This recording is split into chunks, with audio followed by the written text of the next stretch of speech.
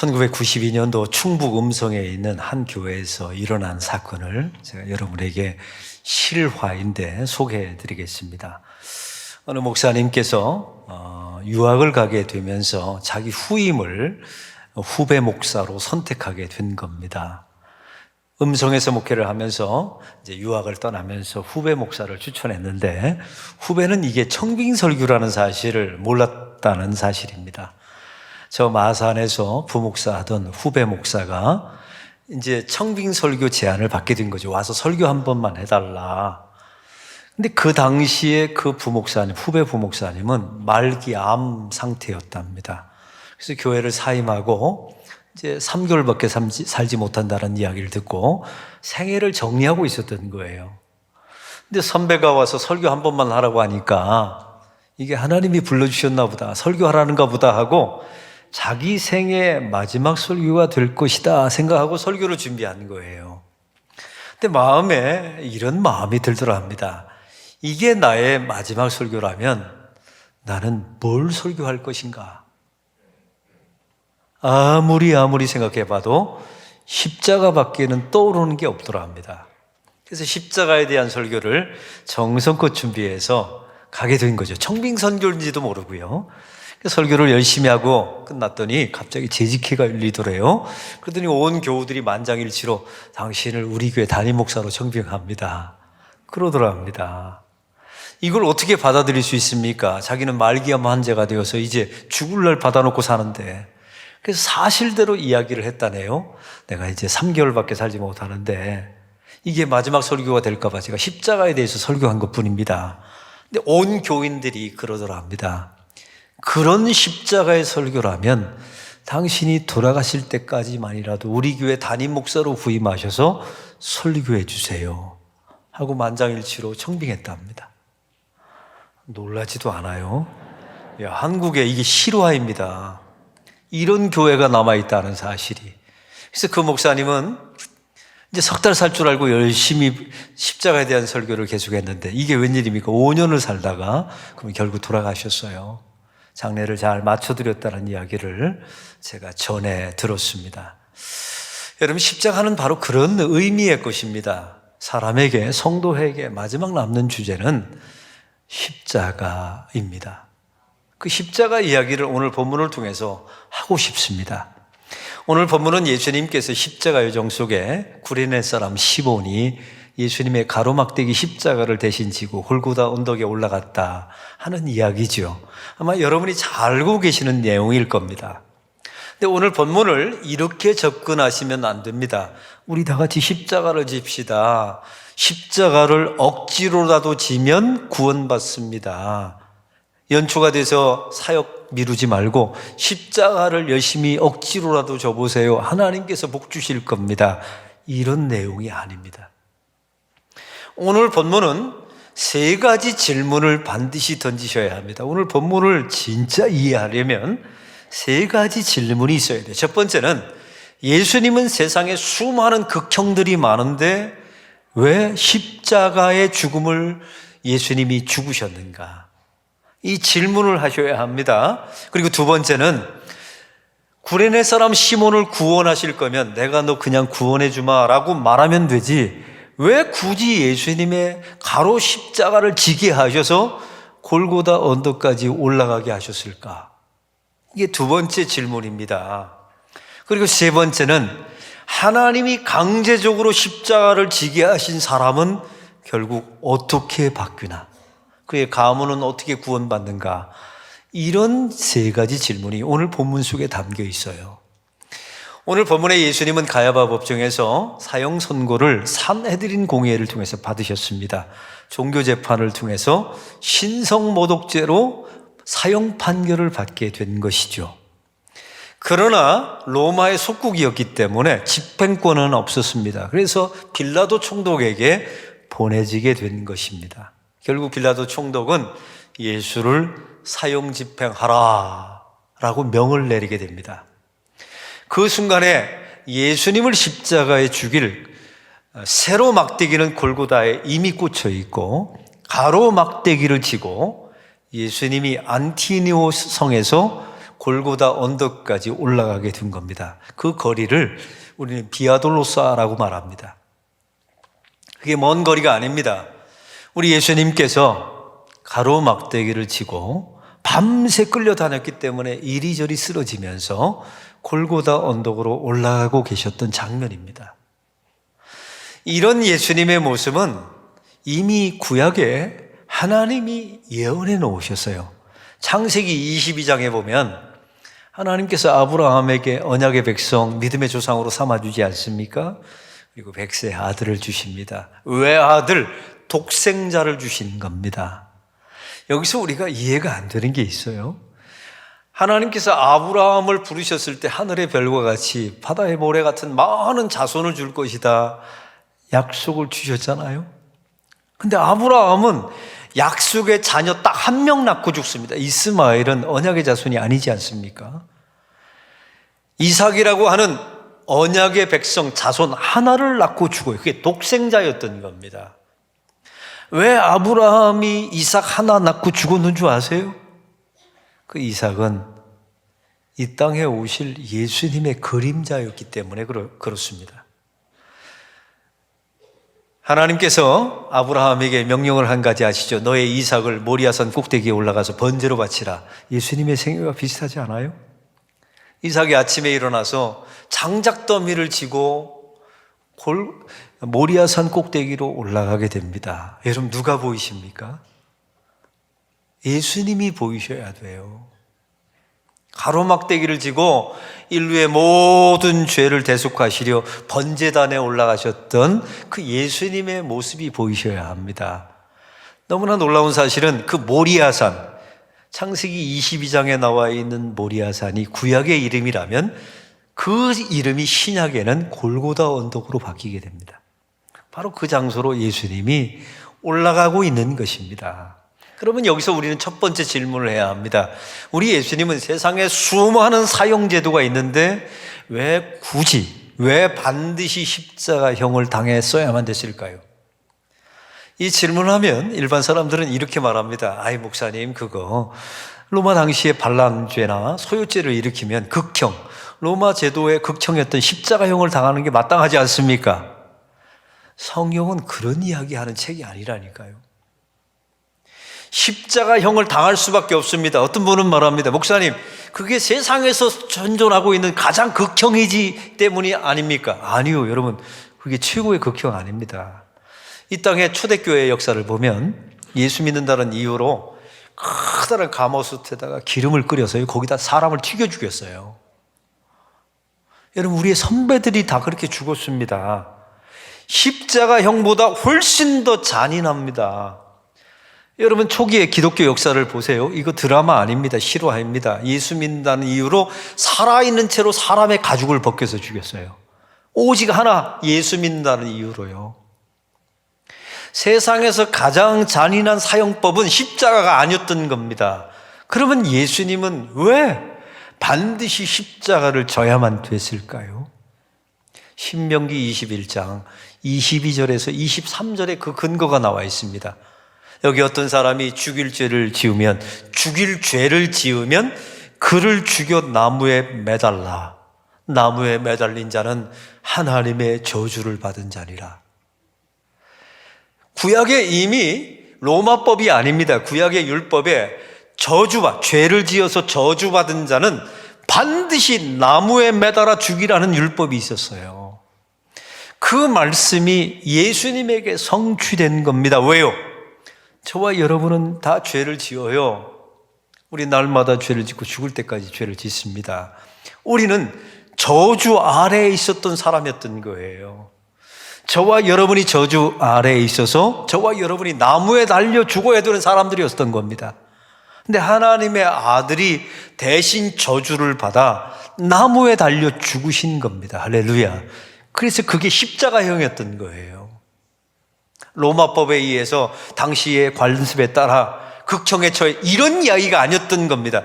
구약에 나와 있는 저주받은 자가 어떤 모습으로 죽어야 되는지, 내가 받아야 될 저주를 하나님의 아들이 대신 받으시고 십자가에서 죽으신 사건이었던 겁니다. 그래서 가로막대기를 지고 올라갔던 거예요. 또 한 가지 이유가 있습니다. 여러분, 십자가라는 의미는 예수님께서 십자가에 달리셨을 때 엘리 엘리 라마 사박다니라고 말하죠. 하나님이여 하나님이여 어찌하여 나를 버리셨나이까. 그 저주받은 자의 가장 큰 고통은 육체의 고통이 아닙니다. 하나님과의 관계가 끊기는 거예요. 이걸 유기됨이라고 말합니다. 버려지는 것이죠. 우리 예수님이 십자가에서 바로 그 고통을 토해내신 겁니다.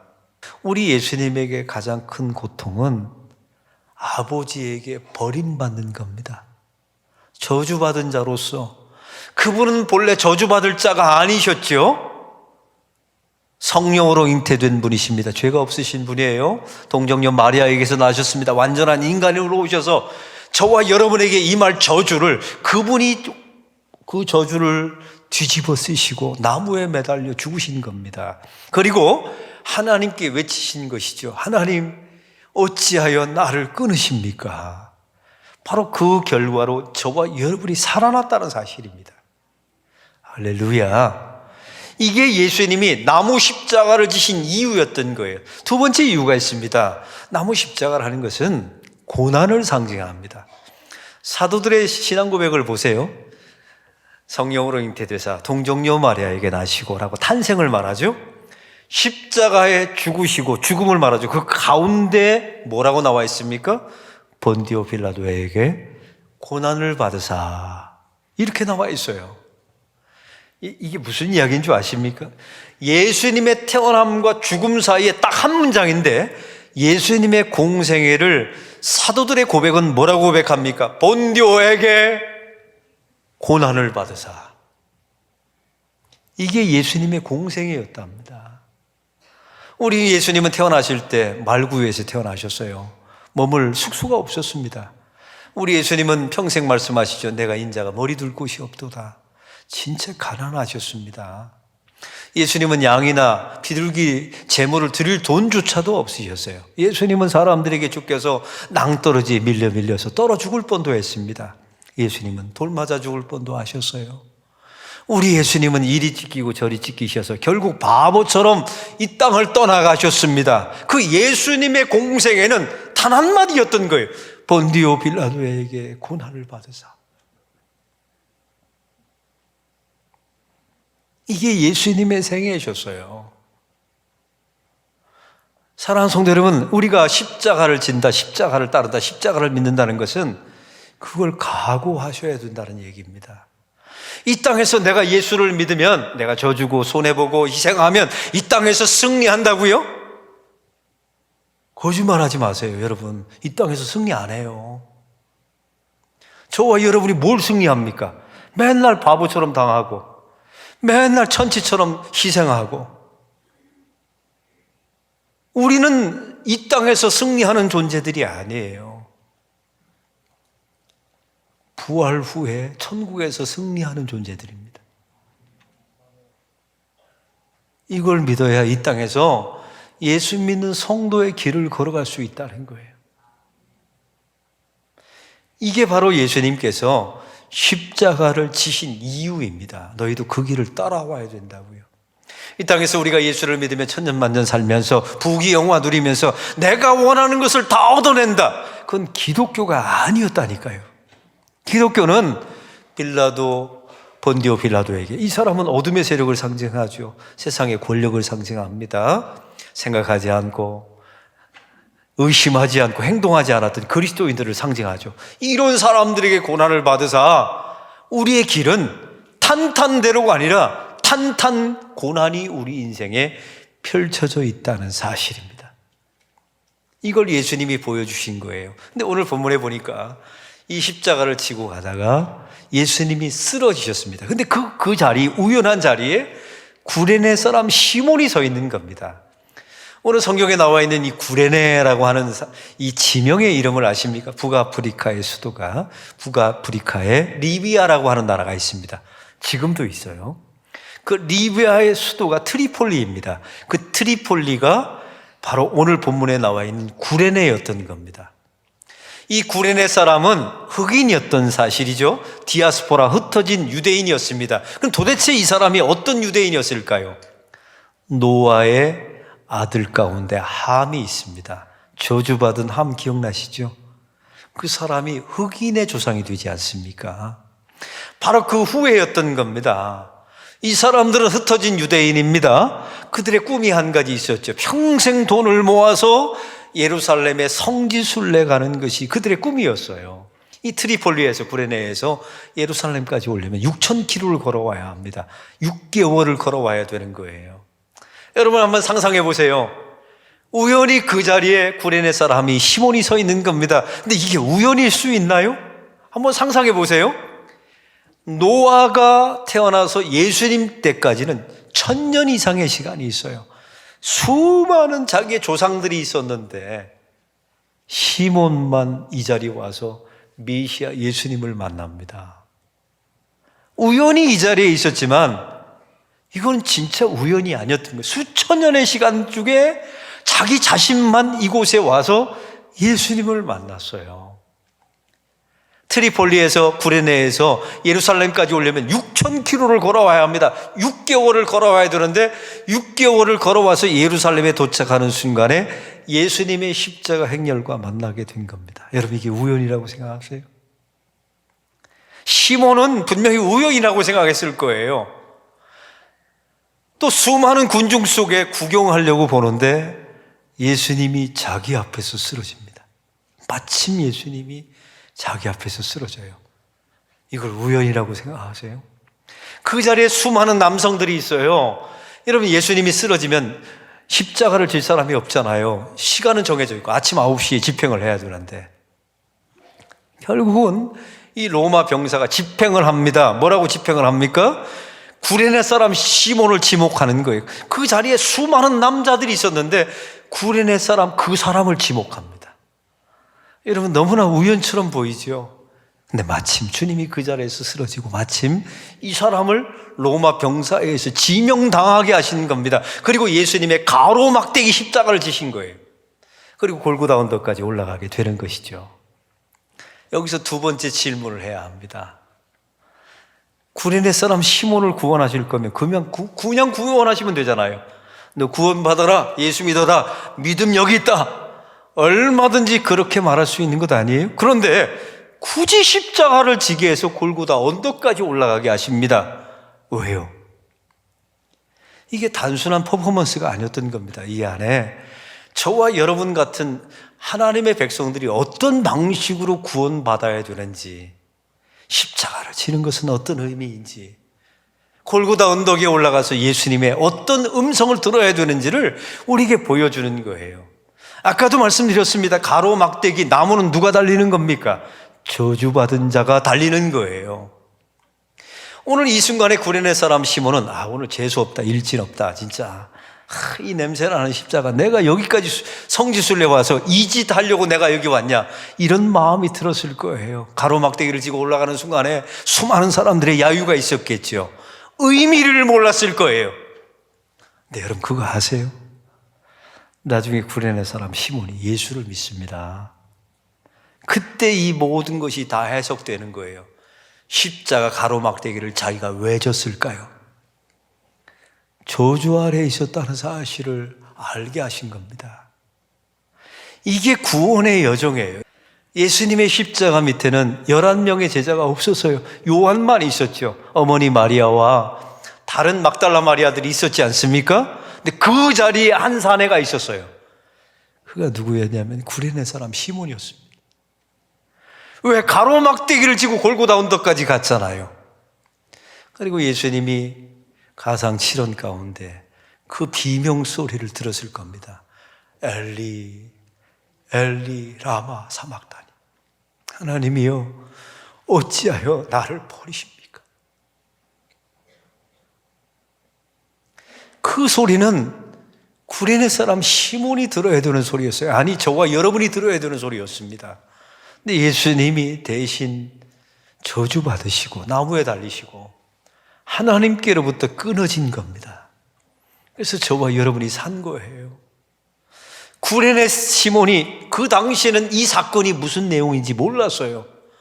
시간이 지나면서 새록새록 기억이 나는데, 왜 내게 그냥 구원시켜 주시지 왜 십자가를 지게 하셨는지, 왜 골고다 언덕까지 나를 끌고 가셔서 예수님의 그 마지막 비명을 듣게 하셨는지 하나하나 알게 되는 것입니다.